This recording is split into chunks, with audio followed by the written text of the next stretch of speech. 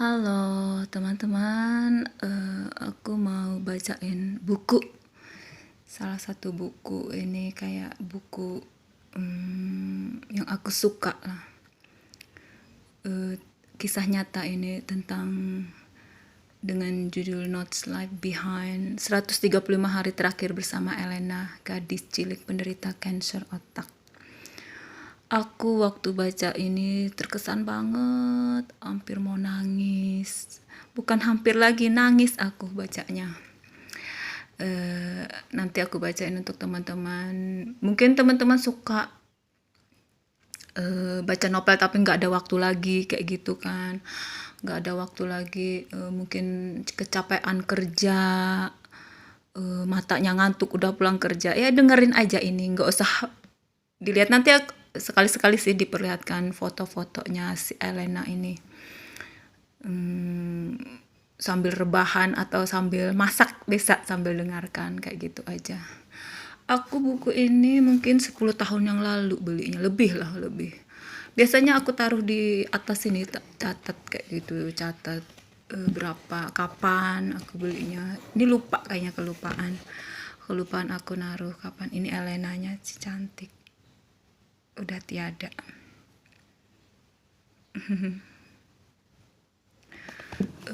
Aku belinya dulu di Gramedia, harganya 86.500 dulu, 10 tahun yang lalu mungkin, kurang lebih. Ya ini aku bacain ya buat teman-teman, mungkin aja teman-teman suka. Kalau aku sih suka banget kayak gitu. Aku bacainnya alami aja, natural. Nanti mungkin ada suara kendaraan lewat, anak-anak teriak. Aku seret-seret kayak gitu suaranya, nggak apa-apa ya. Ini aku bacain mulai pendahuluan ya. Pendahuluan. Kita mulai aja. Mudah-mudahan teman-teman bisa menikmatinya. Pendahuluan. Kami sebenarnya tidak pernah berniat untuk menerbitkan cerita yang sebentar lagi akan kau baca.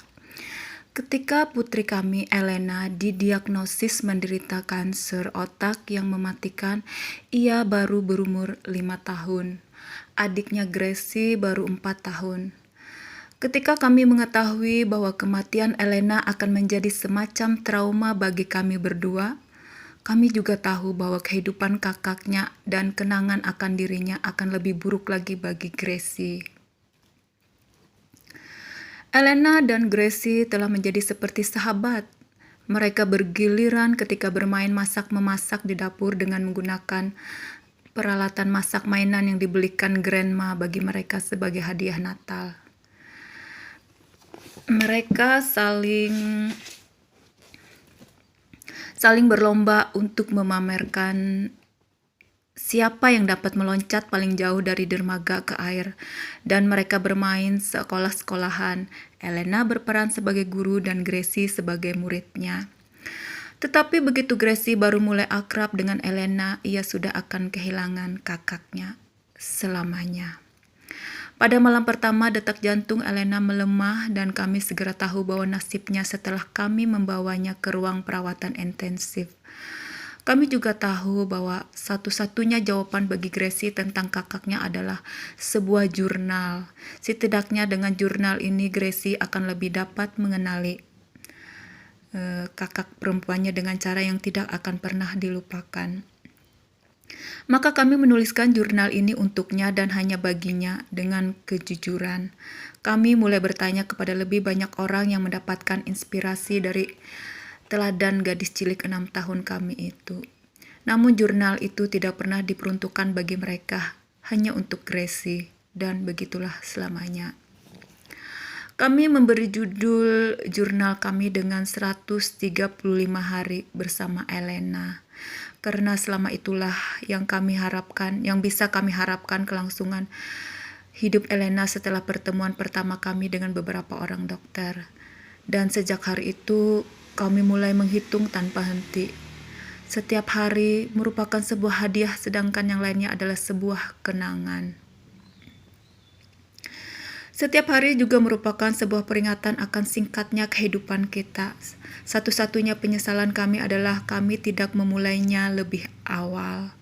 Dengan kehadiran Elena dan Gracie, kami mempunyai banyak hal yang dapat kami cintai.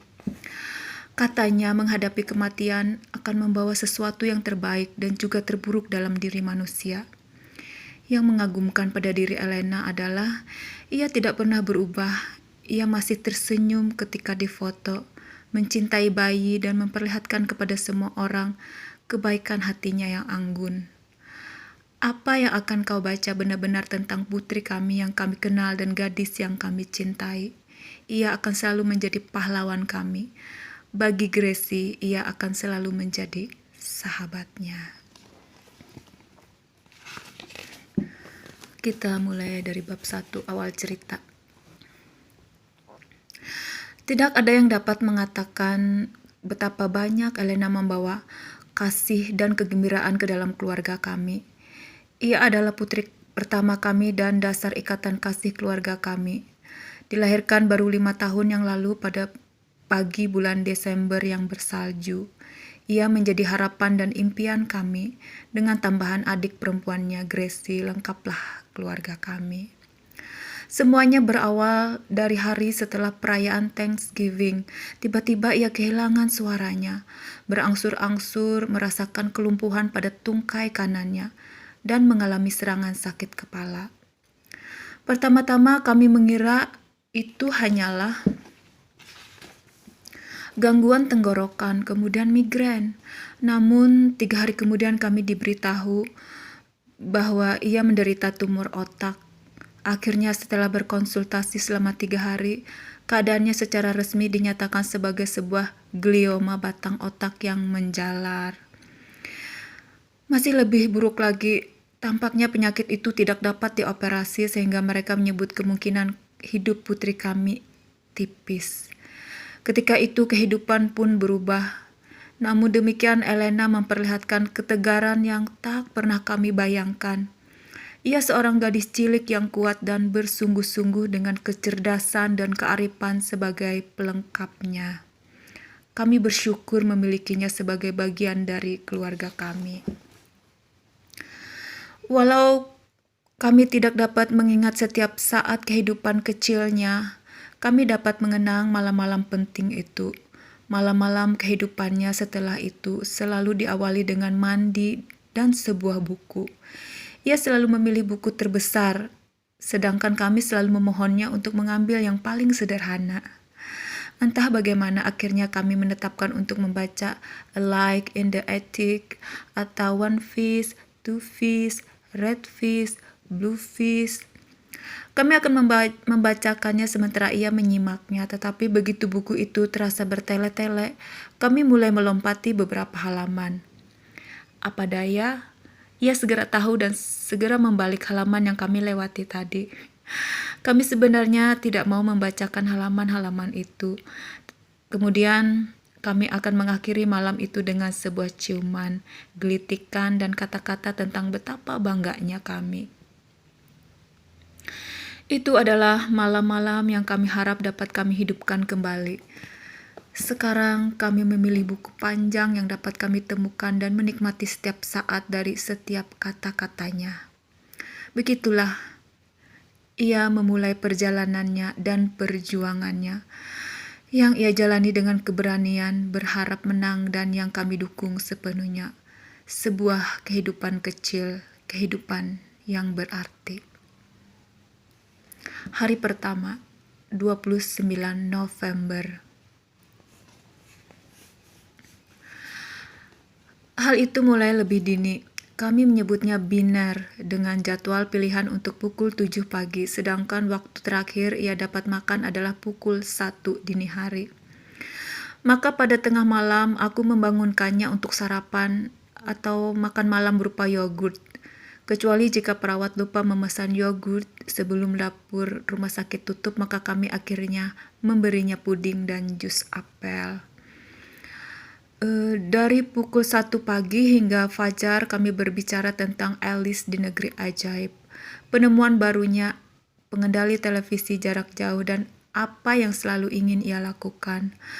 Walau aku tidak selalu dapat memahami kata-katanya karena tumornya mempersulit Elena berbicara, biasanya aku selalu dapat mengerti apa yang digambarnya. Pertama-tama adalah sebuah lingkaran dengan garis-garis berlekuk.